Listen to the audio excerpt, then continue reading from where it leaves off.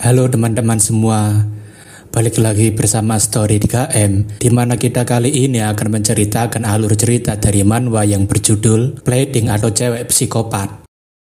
Sebelum masuk, alur cerita ini akan mengandung unsur kekerasan yang sadis yang mungkin akan mengganggu sebagian dari pendengar dan tidak pantas untuk ditiru.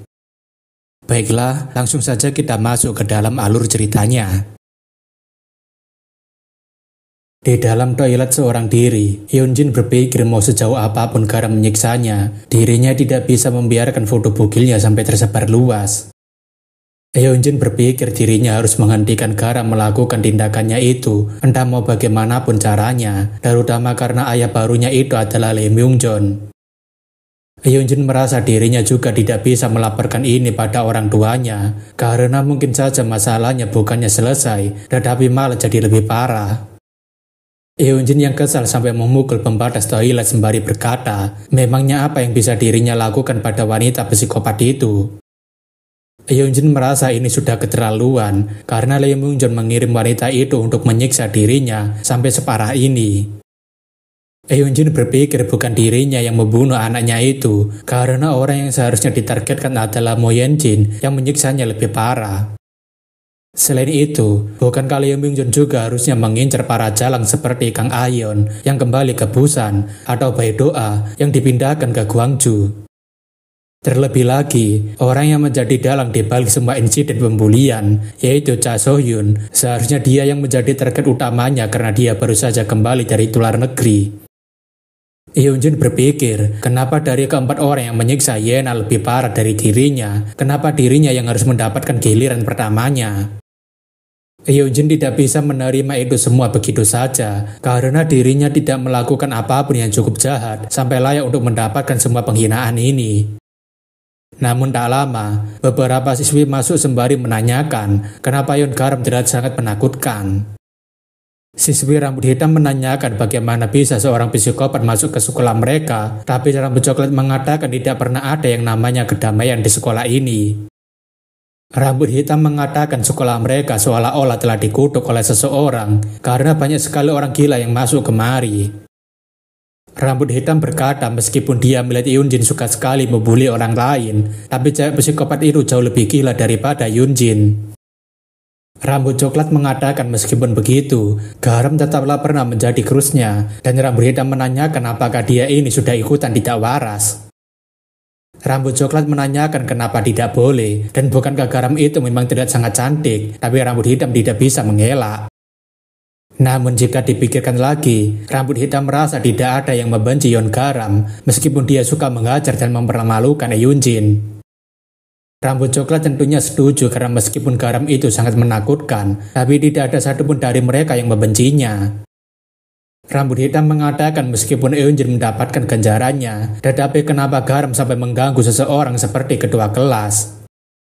Rambut hitam menanyakan memangnya kesalahan apa yang dilakukan oleh ketua kelas sampai mengganggunya ketika sedang berusaha untuk belajar. Para siswi itu berpikir seharusnya Garam dan ketua kelas itu menjadi teman akrab saja karena mereka berdua itu sama-sama cantik.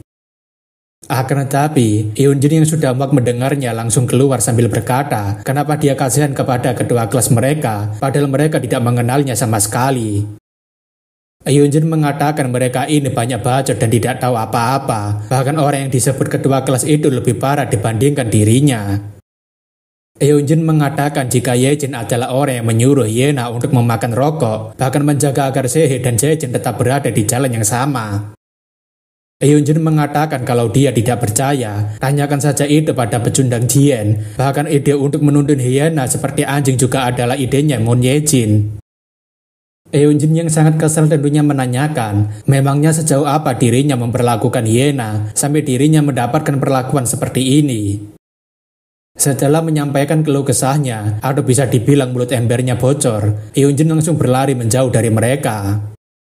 Mendengar pernyataan dari Hyunjin yang penuh dengan keputusasaan, kedua siswi itu tentunya hanya bisa berkata ini sungguh sulit dipercaya. Berpindah ke sisi Moon Yejin, saat ini dia telah menyelesaikan persiapannya untuk menjebak Garam ke dalam ruangan Sain ketika Cemprika telah tiba.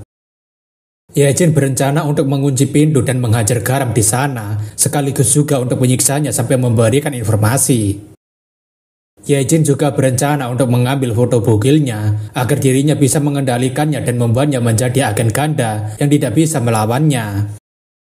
Dengan semua rencana itu, dirinya yakin bisa mengubur masa lalunya sebaik mungkin agar tidak terkuak dan menghilang bagaikan angin lewat.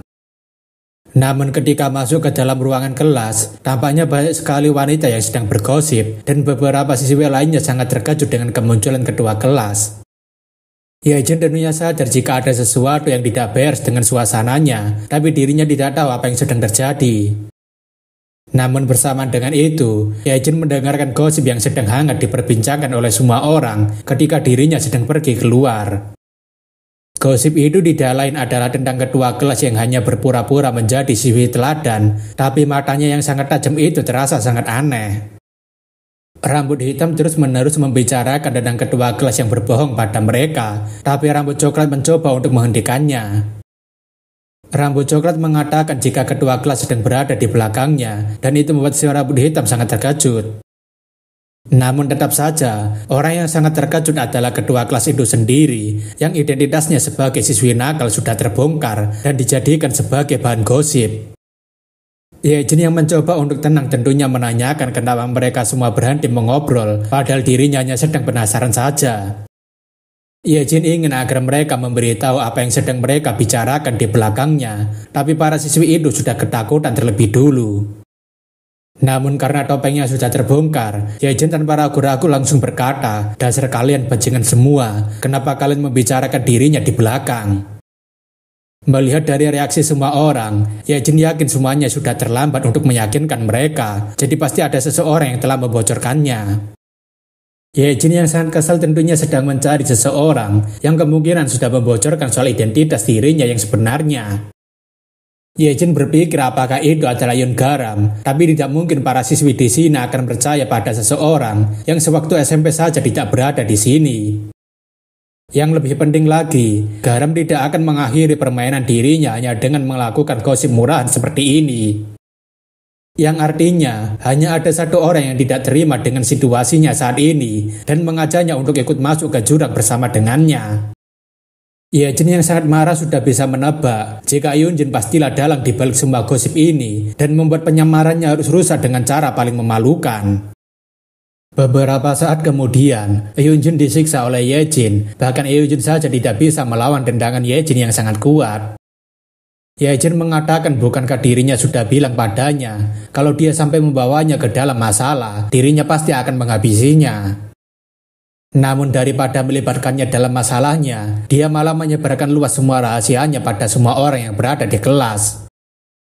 Sembari menginjak-injak Yunjin, Yejin mengatakan kenapa dia malah menjadi kompor dan membuat situasinya menjadi sangat rumit untuknya. Yejin memberitahu jika dirinya akan segera mengatasi Yon Garam dan setelah dirinya selesai berurusan dengannya, dia akan jadi target selanjutnya. Yejin tentunya mengakhiri penyiksaan pada Yunjin dengan memberikan tendangan menyakitkan yang dapat mengenai perutnya. Yejin yang masih marah tentunya berpikir jika semua ini adalah salahnya Yon Garam karena membuat situasinya menjadi serumit ini. Kalau bukan karena wanita itu, dirinya sampai sekarang akan hidup dengan tenang dan tidak akan mendapatkan gangguan apapun. Sore harinya sebelum pulang, Yejin mengajak Garam untuk melakukan piket di ruangan Sain, tapi Garam sendiri tampaknya sudah tahu maksudnya. Garam menanyakan apakah mereka akan bermain-main di ruangan Sain, tapi Yejin mengatakan bukankah dirinya sudah bilang jika mereka akan piket saja. Garam mengatakan ini sungguh sangat aneh, karena dirinya tidak mendengar dari guru jika akan ada jadwal piket di ruangan Sain. Yejin mengatakan memangnya siapa juga yang mau menjelaskan semuanya pada orang gila seperti dia, jadi sebaiknya dia diam saja dan ikuti dirinya. Namun melihat gerak-geriknya saja, Garam sudah tahu kalau Yejin berniat untuk bermain-main dengannya di tempat sepi. Setelah masuk ke dalam ruangan Sain, Garam mengatakan jika ruangan ini sungguh tidak asing karena tempatnya cukup mirip dengan tempat tinggalnya dulu. Namun ketika Garam sedang sibuk melihat ruangan lab, Yejin mulai mengunci pintu labnya. Garam yang berpura-pura polos dan tidak mengetahui apapun menanyakan, memangnya apa yang akan mereka lakukan mulai dari sekarang. Yejin mengatakan agar Garam mengambil keranjang berwarna hijau itu yang berada di bawah meja dan bawakan itu padanya. Yejin memberitahu jika dirinya akan merapikan bahan-bahan kimianya di rak terlebih dulu sebelum menempatkannya, dan Garam hanya mengiyakan. Ketika melihat ke salah satu rak yang berada di lemari, tampaknya Yejin sudah menyiapkan sebuah botol kimia untuk memberikan serangan pada Garam. Garam yang sudah sampai kemudian menanyakan di mana seharusnya dirinya menaruh keranjang ini, karena tampaknya tidak ada tempatnya. Namun dikala Garam sedang disibukkan dengan memegangi keranjang yang berat, Yejin tentunya langsung bersiap untuk memberikan siraman pada Garam menggunakan cairan kimia tersebut. Namun untungnya, Garam masih bisa menghindari siraman Yejin dengan cukup mudah, meskipun dia juga harus sembari mengangkat keranjang beratnya itu. Akan tetapi, hal tersebut dimanfaatkan oleh Yejin untuk menyerang Garam yang tanpa perlindungan sama sekali, namun sepertinya Garam masih sempat untuk melakukan pertahanan. Yejin mengatakan dirinya mengira dia hanya akan menghindari cairan kimianya saja, tapi rupanya dia masih sempat untuk melakukan pertahanan. Yejin mengatakan dirinya memang sengaja membuatnya memegangi keranjang itu untuk menjaga kewaspadaannya, tapi rupanya dia masih cukup terampil. Garam sendiri meskipun tidak bisa merasakan rasa sakit, tapi tetap saja Garam itu tidak kebal dan masih bisa menerima dampak dari tendangan Yejin. Yejin mengatakan ini malah bagus, karena dirinya sudah bosan jika membuatnya berakhir terlalu cepat, jadi ini adalah kesempatan yang langka. Yejin mengatakan kalau begitu majulah kemari tikus sialan, karena hari ini mereka akan bersenang-senang tanpa adanya satu orang pun yang mengganggu. Mendengar perkataan tersebut, tentunya membuat Garam menjadi tertawa karena akhirnya dia sudah menunjukkan maksudnya. Yejin menanyakan apa yang sedang dia lakukan, apakah dia sudah jadi tidak waras, dan Garam menanyakan apakah dia tidak sadar. Garam mengatakan karena akhirnya ketua kelas mau bermain-main dengannya, bagaimana bisa dirinya tidak bisa menahan tawaannya. Garam mengatakan karena akhirnya ketua kelas mau memperhatikan dirinya, jadi Garam merasa ini adalah sesuatu yang sangat menyenangkan. Melihat dari tatapannya berserta dengan kuda-kudanya, Yejin berpikir apakah cewek ini adalah seorang pemain boxer. Kalau dipikir-pikir saat hari pertama sekolah, Garam menumbangkan Eunjin hanya dengan sekali pukulan, yang sudah pasti jika dia adalah seorang pemain boxing. Yejin tidak tahu seberapa hebat Garam dalam melakukan hal ini, tapi jika dia tidak bisa menahan tendangannya, sebagai seorang mantan petarung, dirinya yakin memiliki kemenangan mutlak. Yejin menanyakan kenapa dia tidak maju duluan, padahal dirinya sudah bilang agar dia menyerangnya terlebih dulu. Yejin menanyakan bukankah dia baru saja mengatakan kalau dia sangat senang bisa bermain-main dengannya, tapi kenapa sekarang dia hanya berdiam diri di sana seperti patung. Sambil mendekat ke arah Garam, Yejin mengatakan kalau dia tidak mau maju duluan, maka dirinya yang akan menyerang terlebih dulu. Seketika itu, Yejin mengeluarkan teknik tendangan berputar taekwondonya ke arah kepala Garam, tapi Garam masih bisa menghindari tendangan tersebut. Akan tetapi, Yejin tidak hanya mengeluarkan tendangan memutarnya sekali, karena sekarang dia langsung memberikan serangan lanjutannya. Alasan kenapa Moon Yejin dipanggil sebagai seorang monster adalah karena kecepatannya dalam menendang sangatlah luar biasa, dan dengan kekuatan penuhnya, tendangan Yejin bisa melebihi 130 kali tendangan per menit. Dengan momentum sudut berbanding lurus, dengan kaki panjangnya dan kecepatannya, serta kakinya yang ramping dan terus berotasi, akan menghasilkan kekuatan yang dahsyat. Kekuatan utama Moon Yejin ada pada tendangannya yang sangat kuat, yang bahkan bisa terasa sampai ke tulang-tulang lawannya dan membuatnya kewalahan menahannya. Selain itu, Moon Yejin juga sudah sangat terbiasa dengan gerakan kakinya, yang membuatnya bisa mempersempit pergerakan lawan agar kesulitan untuk menghindari serangannya. Dalam hal fisik, Moon Yejin tidak bisa dibandingkan dengan kakaknya Yunjin, tapi jika berbicara soal teknik, itu pasti akan menjadi cerita yang berbeda. Yejin menanyakan bagaimana rasanya tendangannya ini, apakah dia kesulitan untuk berpikir akan menang melawannya. Yejin menanyakan jika Garam tidak sangat imut sekali ketika mencoba menahan serangannya, tetapi tidak bisa memberikan serangan balik sama sekali. Tapi dalam pikirannya, Yejin merasa ini sangat aneh padahal dirinya terus memancingnya, tapi reaksi Garam terhadap tendangannya tidak buruk. Yejin sadar jika selama ini dirinya masih belum berhasil memberikan satu pun tendangan yang melayang dengan efektif padanya. Jika diteruskan seperti ini, Yejin merasa dirinya yang akan dirugikan dalam hal stamina, jadi dirinya berpikir untuk menggabungkan tendangannya beserta dengan pukulannya. Akan tetapi, Garam mengatakan sepertinya ketua kelas sangatlah bodoh karena sudah berhenti sampai di sini saja. Garam menanyakan memangnya siapa yang akan berhenti menyerang setelah tidak peduli dengan orang lain, tapi Yejin menanyakan apa maksudnya. Garam mengatakan dirinya tahu apa yang sedang dipikirkan oleh ketua kelas. Bukankah dia merasa jika tendangannya tidak sesuai dengan harapannya dan dia mulai ketakutan untuk menyerang? Yejin mengatakan apa yang barusan dia bilang tadi, tapi seketika itu Garam melancarkan pukulannya yang sangat cepat seperti sebuah tembakan yang menjebol tembok.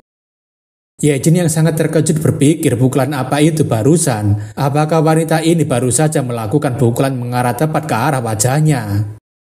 Garam tentunya mendekati Yejin sambil berkata, "Ho ho ho, sepertinya tebakanku ini sangat benar karena ketua kelas sangat ketakutan." Garam mengatakan karena ketua kelas sudah tidak tertarik untuk melakukan serangan, maka bukankah sekarang adalah gilirannya untuk menyerang balik? Seketika itu, Garam melancarkan pukulannya ke arah kepala Yejin dengan sangat kuat, tetapi sepertinya Yejin masih bisa menghindari serangan tersebut. Namun yang lebih mengejutkan daripada pukulannya Garam barusan adalah sebuah hembusan angin yang sangat kencang yang berhasil diciptakan dari pukulannya barusan. Yejin yang merasakannya tentunya berpikir, apa-apaan pukulan barusan itu? Apakah memang pukulan seperti itu bisa dibuat oleh seorang wanita? Terlebih lagi, hembusan angin yang dibuat oleh Garam bahkan bisa menggoyangkan keranjang di dalam lemari. Yejin kemudian melangkah mundur karena dirinya merasa jika Garam adalah seseorang yang lebih berbahaya daripada perkiraannya. Yejin berpikir untuk mengamati pergerakan Garam terlebih dulu, tapi Garam menanyakan memangnya ketua kelas ini sedang melihat kemana. Garam yang tiba-tiba muncul di samping Yejin mengatakan jika ini barulah permulaan, karena rasanya tidak akan menyenangkan jika ketua kelas akan kalah dalam sekali pukulan. Garam kemudian memberikan pukulannya pada Yejin, namun meskipun Yejin bisa menahannya, tetapi pukulan Garam terlalu kuat hingga membuatnya harus terbang. Pukulan Garam yang terlalu kuat membuat Yejin harus menabrak lemari dengan sangat keras, hingga membuat Yejin harus batuk-batuk. Meskipun tekniknya Yejin sangatlah menakutkan, akan tetapi menurut Sekretaris Beck, Yejin masihlah seorang manusia biasa. Ketika Yejin dihadapkan dengan kekuatan fisik spesial seperti seorang superhuman, teknik Yejin akan terasa sia-sia saja. Garam mengatakan meskipun dirinya sudah memberikan peringatan pada ketua kelas, tapi sungguh luar biasa jika ketua kelas masih sanggup untuk menahan pukulannya. Garam tidak menyangka jika ketua kelas akan memberikan tendangannya pada tangannya juga untuk mengurangi dampaknya, jadi dirinya akan menarik julukannya sebagai anak bodoh.